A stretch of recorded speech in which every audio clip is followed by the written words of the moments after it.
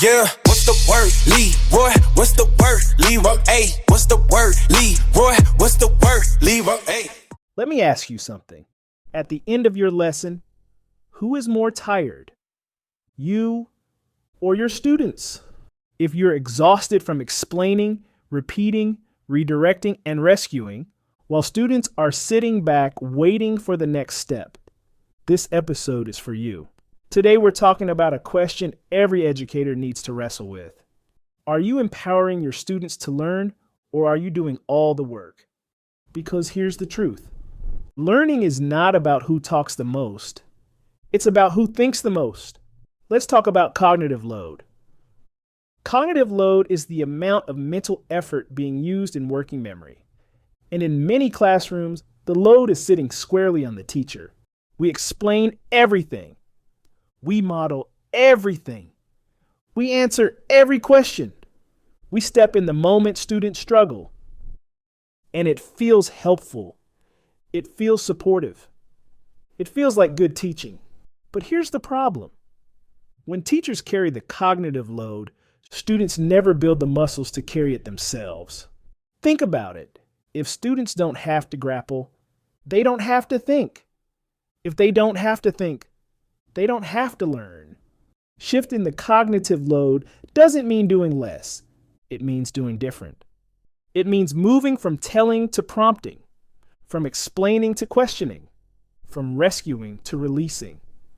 Instead of answering the question, you ask one back.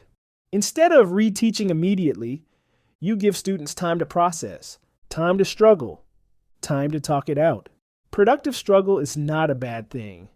It's where learning actually happens. Now, let's be clear.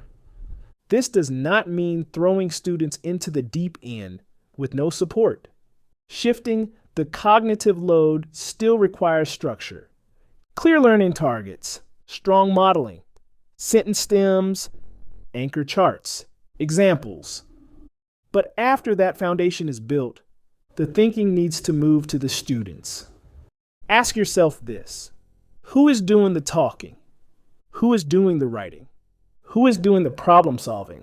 If the answer is mostly you, then the load hasn't shifted yet. One of the biggest shifts happens when we stop saving students from being uncomfortable. Silence does not mean confusion. Struggle does not mean failure. Mistakes do not mean the lesson is broken. Sometimes it means students are thinking. When we allow students to wrestle with ideas, to explain their thinking, to justify their answers, we are building independence. And that's the goal. Not perfect compliance, not quiet classrooms, but thinkers. Students who can explain their reasoning. Students who can problem solve. Students who don't immediately look to the teacher for answers. So here's the reflection. If your students leave class tired from thinking and you leave energized, you're probably on the right track. But if you leave exhausted and students leave comfortable, it might be time to shift the load. And that's the word.